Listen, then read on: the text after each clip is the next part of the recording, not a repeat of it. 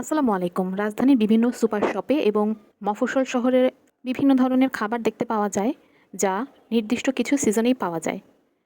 বর্তমানে বাজারে হলুদ এবং বেগুনি মিষ্টি আলু বিশেষ কিছু গুরুত্ব রয়েছে ফাংশনাল ফুড এবং নিউট্রাসিউটিক্যাল হিসাবে।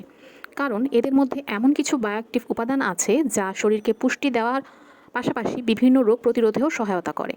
হলুদ মিষ্টি আলুতে প্রচুর পরিমাণে বিটা ক্যারোটিন থাকে, যা শরীরে ভিটামিন এতে রূপান্তরিত হয় এবং এই উপাদান চোখের সুস্থতা বজায় রাখতে, রোগ প্রতিরোধ ক্ষমতা বাড়াতে, ত্বকের স্বাস্থ্য ভালো রাখতে সাহায্য করে।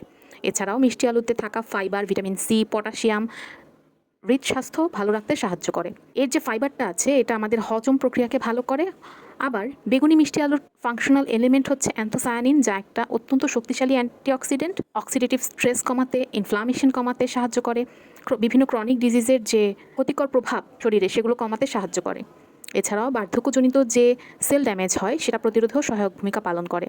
বেগুনি মিষ্টি আলুতে থাকা অ্যান্থোসায়ানিন এবং পলিফেনল আমাদের যে স্নায়ুকোষ সুরক্ষায়ও উপকারী বলে ধরা হয়। এছাড়াও দুই ধরনের মিষ্টি আলুতেই আছে ডায়েটারি ফাইবার, রেজিস্ট্যান্ট স্টার্চ, যেগুলো হচ্ছে আমাদের গাট মাইক্রোবায়োমের জন্য অনেক উপকারী এবং একটা স্যাটিটি ফিলিং দেয়, মানে পেট ভরার একটা অনুভূতি দেয়। ফলে ওজন নিয়ন্ত্রণেও সহায়তা করে। ডায়াবেটিক্স রোগীদের ক্ষেত্রে পরিমিত পরিমাণে খেলে রক্তের শর্করা ধীরে ধীরে বৃদ্ধি করে। কিডনি রোগীদের জন্য মিষ্টি আলু কিছু ক্ষেত্রে উপকারী হলেও কিছু সতর্কতার প্রয়োজন আছে। মিষ্টি আলুতে থাকা ফাইবার দীর্ঘমেয়াদী কিডনি রোগীদের কোষ্ঠকাঠিন্য দূর করতে সহায়তা করতে পারে, তবে কিডনি রোগীদের পটাশিয়ামের রেস্ট্রিকশন থাকে দেখে খাওয়ার ক্ষেত্রে বিশেষ সচেতনতা অবলম্বন করতে হবে।